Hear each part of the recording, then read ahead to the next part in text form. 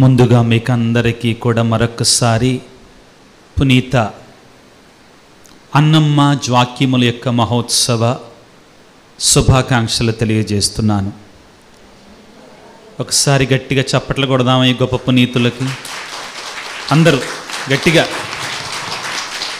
చిన్నపిల్లలు గట్టిగా కొట్టాలి. చాలామంది చిన్నపిల్లలు ఉన్నారు ఇక్కడ కదా. చిన్నపిల్లలు గట్టిగా చప్పట్లు కొట్టాలి. ఈరోజు యావత్ కథోలిక శ్రీ సభ పునీత అన్నమ్మ జ్వాక్యము గార్ల యొక్క పండగని కొనియాడుతుంది. ముఖ్యంగా మన సంస్థ, ఈ సంస్థ పునీత అన్నమ్మ గారి పేరు మీద నిర్మించబడింది, నామకరణం చేయబడింది. అదేవిధంగా మీ సభ కూడా పునీత అన్నమ్మ గారి యొక్క సభ. ఈ ఇద్దరు పునీతుల నుండి, మరి ముఖ్యంగా మన పాలక పునీతురాలైనటువంటి పునీత అన్నమ్మ గారి నుండి ఏమి నేర్చుకోవచ్చు? Whenever we celebrate a saint's feast or memoria or solemnity, the first question that we should ask ourselves is, what are they exemplary, or what are their examples for me? How are they example for me? What virtues can I learn from them? నేను వారి నుండి ఏమి నేర్చుకోగలను? ఈ రోజున నేను మీ ముందు పునీత అన్నమ్మ గారు, జ్వాక్యమ్మ గారుల ద్వారా నేర్చుకోగలిగినటువంటి కొన్ని సుగుణాలని మీ ముందుంచాలనుకుంటున్నాను. వాటిలో అన్నిటికంటే ముఖ్యమైనటువంటిది దేవుని మీద ప్రగాఢమైనటువంటి విశ్వాసము, నమ్మకము. శ్రమలు వచ్చినా, కష్టాలు వచ్చినా, అనుకున్నది అనుకున్నట్లుగా జరగకపోయినా కానీ ఆ దేవుని మీద తొణకని బెణకని నిండైనటువంటి విశ్వాసం, నమ్మకం. That is why I call Saint Anne pillar of hope and pillar of faith. పునీత అన్నమ్మ గారు విశ్వాసపు స్తంభము, నమ్మకం అనేటువంటి స్తంభం. మనందరికీ కూడా గొప్ప ఆదర్శం ఈ విషయంలో. ప్రియులారా, మనందరూ తెలిసినట్లుగా బైబిలేతర గ్రంథాల ద్వారా మనకు అందినటువంటి సమాచారం ద్వారా మనకు తెలిసేది ఏంటంటే, అన్నమ్మ జ్వాక్యములు ఇద్దరూ కూడా మరి దేవునికి నమ్మక పాత్రంగా జీవిస్తున్నా కానీ, విశ్వాసంతో బ్రతుకుతున్నా కానీ వారికి పిల్లలు కలగలేరు. అయినా కానీ వారి నమ్మకాన్ని వాళ్ళు పోగొట్టుకోలేదు. Though they did not have children, it is said Saint Anne was not infertile, barren. Though they were in the old age, still they had strong faith in God. And you know what? They were praying in their old age to give a child. That means they had strong hope in the Lord.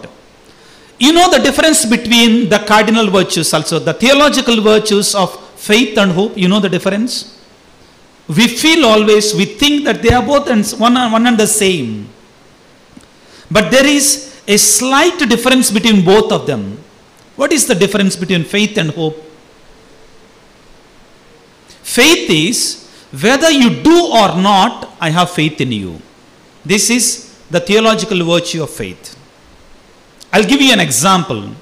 In the book of Daniel, when King Nebuchadnezzar wanted to throw the 3 servants of God, in the burning furnace, in the fire, they told to the king, you know what they said? We believe in our Lord that he would save us. Pay attention to these words. We believe in our Lord that he would save us.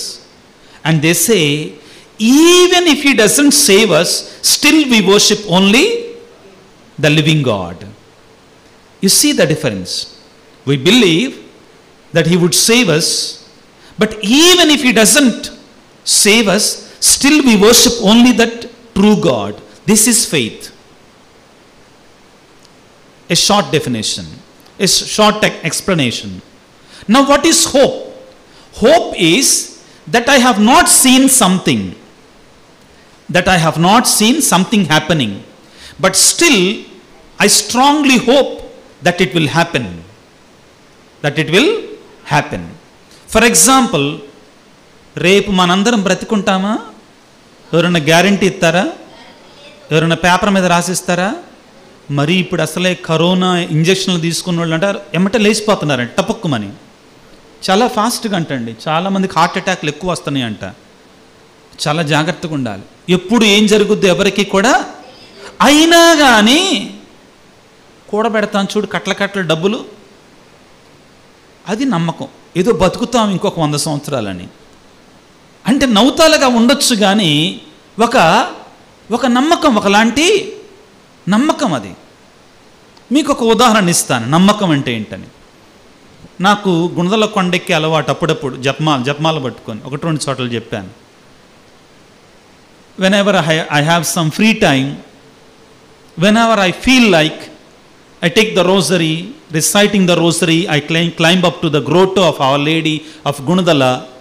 I pray over there for some time, have peace of mind, peace in the heart, and come down. ఒకరోజు ఇలానే కొండెక్కటానికి పొద్దున్న 8 గంటలకు బయలుదేరా. ఒక ఆవిడ వచ్చి నేను మఫ్టీలో ఉన్న, అంగీలో లేను. సార్ కొనండి సార్ అన్నది. ఏం కొనాలి అనుకున్నా. ఆ బుట్టలో చూస్తే అన్ని దువ్యాన్లే ఉన్నాయి. ఏమున్నాయండి? అన్నీ దువ్యాన్లే ఉన్నాయి. మీకు కావాలి, నాకెందుకు దువ్యానా? ఎట్టంటే సరిపోద్ది. సరే. ఇక అందులోకి చూసి అమ్మా నాకు అవసరం అంటవా అన్నాను. ఆమన్నది మీకు కాకపోతే మీ పిల్లలకన్నా ఉపయోగపడతాయి కదా సార్, మీకు కాకపోతే మీ పిల్లలకన్నా అబ్బాయి లేదమ్మా మాకు పిల్లలు లేరు. నేనేమన్నాను అసలు? బుద్ధి ఉంటే నా పెళ్ళి కాలేదు అనాలి ముందే. నేనేమన్నా నాకు పిల్లలు లేరు. మీ పిల్లలకు కాకపోతే మీ ఆవిడకన్నా ఉపయోగపడుద్ది కదండి. See, the lady was sure, a hope అన్నమాట. ఈయన చేత కొనిచ్చాలి, పట్టుదల. ఫైనల్లీ నేను అనుకున్నాను ఏమైనా వదిలించుకోవాలి, బాగా బేరం ఆడదాం అనుకున్నాను. బేరం bargaining. Okay, you should be a good bargainer. So I said how much is the comb, దువ్వెన ఎంత అన్నాను. అనేసరికి 100 రూపాయలండి అన్నది. ఎంతే ఉంది ఆ దువ్వెన? Then I said, if I bargain well, she will leave me. I said, I will ask for the half of the price. Said, will you give me for 50 rupees? Please take sir, she said. Okay, 50 రూపాయలకి ఇస్తామంటే తీసుకోండి అన్నది. ఆ దువ్వెన తీసుకొని తప్పలా ఏం చేస్తాం, కొనాల్సి వచ్చింది. కొని ముందుకెళ్ళగానే తెలిసినటువంటి ఒక లేడీ ఉంది మీలాగానే. ఆమెకు చూపించమ్మా, చూడమ్మా పొద్దున్నే ఆమె నా చేత దువ్వెన కొనిచ్చిందనికే అంటే ఆమె కూడా నా కళ్ళి చూసి నవ్వుతా, ఎంత అయింది స్వామి ఆ దువ్వెన అన్నది. బాగా బేరమాడానమ్మా, I have bargained well. She said 100 rupees and I bought it only for 50 rupees. ఆమె 100 రూపాయలు అని చెప్పింది, నేను 50 రూపాయలకి కొనేస్తానని. మీరు తిక్కలోళ్ళు ఫాదర్, మీకు బేరం ఆడతాం రాదు, అది 10 రూపాయలే స్వామి అసలు అయితే అని చెప్పి. అది ఎంత? 10 రూపాయలే. See, why I am telling this incident that has happened to me is because she is sure that day morning that I will buy, and she said to herself, I will make him buy.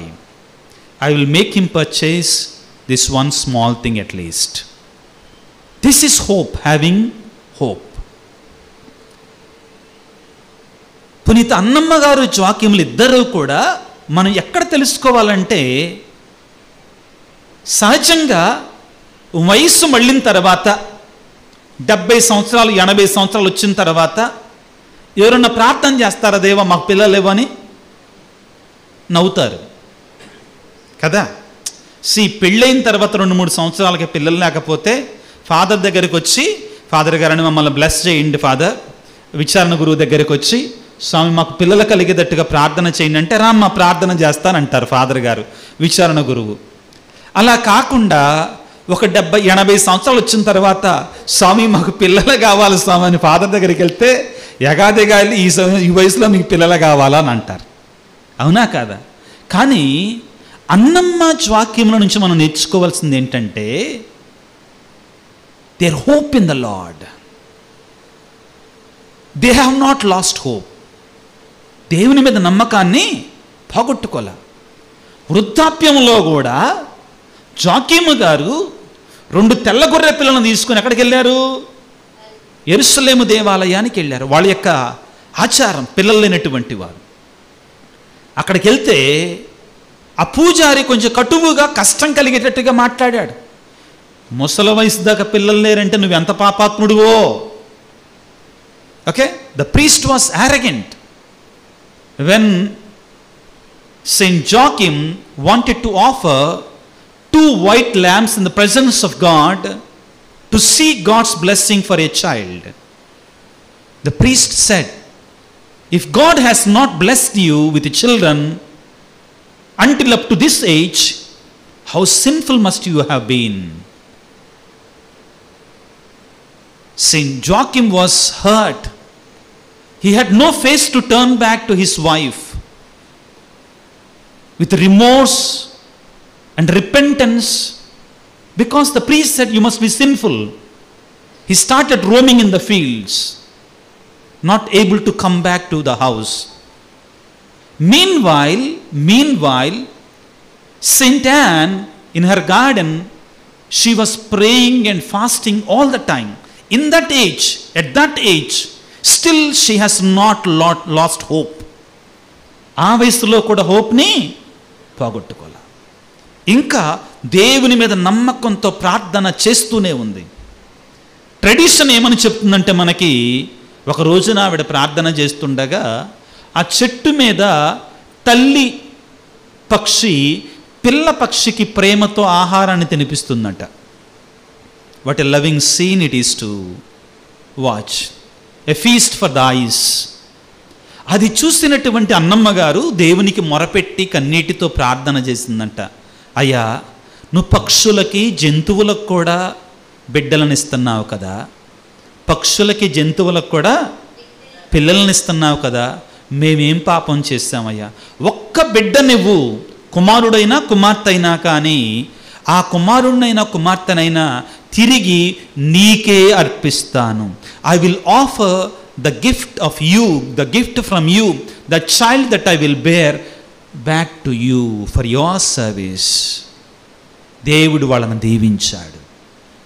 ప్రియులారా, ఇక్కడ మనం గుర్తుపెట్టుకోవాల్సింది ఏమిటి అంటే, దేవుడు పరీక్షిస్తాడు. కొన్నిసార్లు దేవుడు పరీక్షిస్తాడు. ముఖ్యంగా దయచేసి అర్థం చేసుకోండి దీనిని, గొప్ప అద్భుతాలు చేయాలంటే దేవుడు గొప్పగానే పరీక్షిస్తాడు. Okay, if you want to receive a great miracle, God will also test you in a great way. Yes, that is the truth. That's what we see in the Bible. Abraham is to be blessed by God in a great way. God said, I will make your generation unto a great nation. They will be innumerable and uncountable. And for that, he had to go through a very difficult process. Finally, God has fulfilled this because Abraham did not lose hope, his faith. He did not lose his faith. Abraham తన విశ్వాసాన్ని కోల్పోలేదు కాబట్టి తన ద్వారా గొప్ప జాతిని సృష్టించాడు. అన్న పాత నిబంధన గ్రంథంలో పిల్లలు లేరు, ఏమని ప్రార్థన చేసింది? ఒక్క పిల్లోడిని ఇవ్వయ్యా, తిరిగి నీకే సమర్పిస్తాను అని చెప్తుంది.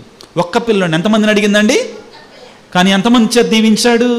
ఇంకా 3 కొడుకులు 2 కుమార్తెలు. 2వ అధ్యాయం 3వ అధ్యాయం చదవండి, మొదటి సమూయేలు గ్రంథం మనం చదువుకుంటాం. అక్కడ ఇక్కడ మనం తెలుసుకోవాల్సింది ఏంటంటే, ఏదో ఒక కుమారుణ్ణి వల్ల God has blessed Hannah of Old Testament with the son who could anoint 3 kings, King Saul, King David and King Solomon.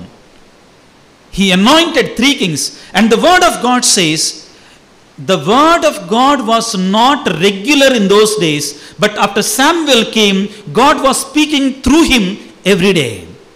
That was the power of the Son, whom the Hannah of Old Testament received through the blessing of the Almighty. మన జీవితంలో కూడా దేవుడు మన జీవితంలో గొప్ప కార్యాలు చేయాలి అంటే మనం కూడా కష్టసాధ్యమైనటువంటి దారిలో వెళ్ళాలి. మీకు అందరికీ ఒక ప్రశ్న, 10th క్లాస్ పాస్ కావటం కష్టమా, IAS పాస్ కావటం కష్టమా? అబ్బా, ఏమని తీసుకెళ్ళి PhD ఇవ్వాలి ఏమకి. ఏది కష్టం అండి? IAS. 10th క్లాస్ కొన్ని లక్షల మంది పాస్ అవుతారండి, కొన్ని కోట్ల మంది పాస్. అందరూ పాస్ అయిన వాళ్ళం ఇక్కడ ఉండి ఎన్నోళ్ళం అందరం, కానీ IAS పాస్గా మనం అంత ఈజీ కాదు. ఎందుకని? అది గొప్ప స్థాయి, భారతదేశంలోని అది చాలా గొప్ప ర్యాంక్. IAS అంటే దానికి మించింది లేదు. IAS the top rank in India. దానికి మించినటువంటి చదువు మరొకటి లేదండి. అవును, అలాగానే దేవుడు మనకు గొప్ప దీవెనలు ఇవ్వాలి అంటే దేవుడు కూడా మనం పరీక్షిస్తాడు. గుర్తుపెట్టుకోండి. ఒక గ్రామంలో ఒక తండ్రి కూతురున్నారు. గ్రామంలో ఒక తండ్రి కూతురున్నారు. ఆ రోజున ఆ ప్రాంతంలో చిన్న పండగ జరుగుతూ ఉంది. ఏం జరుగుతుంది? పండగ జరుగుతూ ఉంది. పండగ జరుగుతున్న సమయంలో పిల్లలందరూ కూడా, ఆడపిల్లలకు బాగా ఈ పిచ్చి గొలుసులు కొనుక్కోవటం అలవాటు. ఏంటిది? గొలుసులు. మీకు పర్మిషన్ లేదులే. గొలుసులు చెవులకి పెట్టుకొని పాపం వాళ్ళు హ్యాపీగా ఫీల్ అవుతారు. చిన్న చిన్న ఆనందాలు వాళ్ళు. ఇక అందరూ కొనుక్కుంటున్నారని తన కూతురు కూడా మెళ్ళ ఒక గొలుసు కొనుక్కుంది. ఏం కొనుక్కుంది? గొలుసు కొనుక్కుంది. కొనుక్కున్న తర్వాత ఈ తండ్రి ఆ కుమార్తె యొక్క ప్రేమ, ఆ ఇంట్రెస్ట్, ఆ గొలుసు మెళ్ళో ఏదో ఉండాలని చూశాడు. చూసి తండ్రి వచ్చి రోజు అంటున్నాడు ఆ కుమార్తెతోటి, బిడ్డ నువ్వు నాకు ఆ గొలుసు ఇవా అని అడిగాడు. నేను ఇవ్వను daddy. Necklace, rolled gold, it's not pure gold, it is only simple one that we buy on the road side. Okay. And ఆ పాప అన్నది, నేను ఇవ్వను, నేను ప్రేమతో కొనుక్కున్నా, నేను ఇవ్వను అంటుంది. తండ్రి ప్రతిరోజు కూడా నాకు ఇవ్వమ్మా, నాకు ఇవ్వమ్మా అంటున్నాడు. ఇవ్వట్లా ఈ పాప.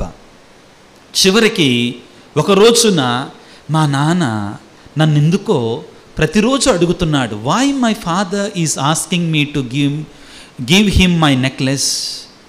She thought for a while and that day she decided to give her father the necklace that she bought so lovingly. She was ready to sacrifice that chain that she bought. And immediately what you know, కూతురు తన చేతుల్లో నుంచి ఆ పాత పిచ్చి పనికిరానటువంటి ఆ గొలుసు ఇవ్వగానే తండ్రి జేబులో నుంచి దగదగ మెరిసేటువంటి బంగారపు గొలుసుని, ముత్యాలతో ఉన్నటువంటి గొలుసును తీసి, నా బిడ్డ నేను నీ కొరకై ఇదిగో ఈ బంగారపు గొలుసును కొన్నాను అనగానే ఆ బిడ్డ అన్నది, డాడీ ఇందుకోసమే నా ఇన్నాళ్ళ నుంచి నువ్వు నన్ను పిచ్చి గొలుసు ఇవ్వమంటున్నావు అనేసరికి అవునమ్మా అన్నాడు. అని చెప్పి అన్నాడు, నువ్వు ఈ త్యాగం చెయ్యకుండా ఈ గొప్ప దీవెన నువ్వు పొందుకోలేవు బిడ్డ అన్నాడు. మన జీవితంలో కూడా మన పరలోక తండ్రి గొప్ప దీవెనలు మనకి ఇవ్వాలంటే మనం కూడా కొన్ని త్యాగాలు చేయాలి. పునీత అన్నమ్మ వాక్యములు చేసిన త్యాగం ఏమిటి అంటే, అన్ని దినాల పాటు వారు దేవుని మీద నమ్మకాన్ని కలిగి ఉన్నా కానీ, విశ్వాసాన్ని కలిగి ఉన్నా కానీ, ప్రియులారా వారికి పిల్లలు లేకుండా ఉండటమే వారు చేసినటువంటి గొప్ప త్యాగంగా మనం పరిగణించాలి. ఈ సందర్భంగా ప్రియులారా బైబిల్ గ్రంథము నుండి కొన్ని వాక్యాలు మీకు చదివి వినిపిస్తాను. కీర్తన 25:3 దేవుని నమ్మినటువంటి వాడు ఎన్నటికీ అవమానము పాలు కాడు. The one who believes in the Lord will never be put to shame. The one who believes in the Lord will never be put to shame. We should remember this.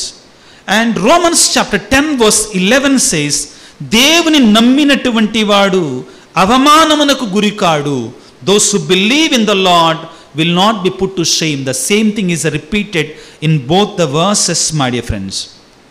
ఆదికాండము 50వ అధ్యాయం 20వ వచనంలో దేవుడు కీడును దీవెనగా మారుస్తాడు, శాపమును ఆశీర్వాదముగా మారుస్తాడు. అన్నా జాక్యముల జీవితం నుండి మనం నేర్చుకునేది ఇదే. వారు దేవుని నమ్మారు. They had faith in the Lord, they had hope in the lord, and they believed. Because we believe in the lord, because we hope in the lord will not put us to shame.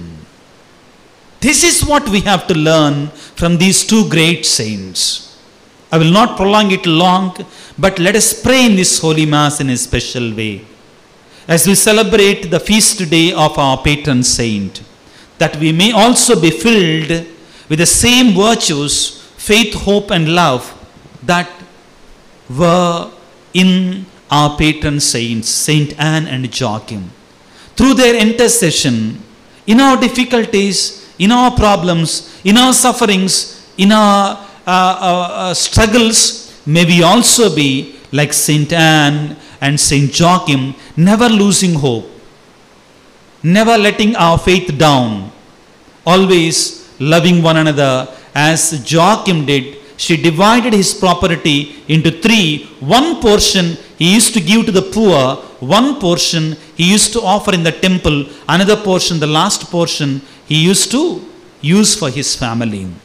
This shows the virtue of charity or love, my dear friends.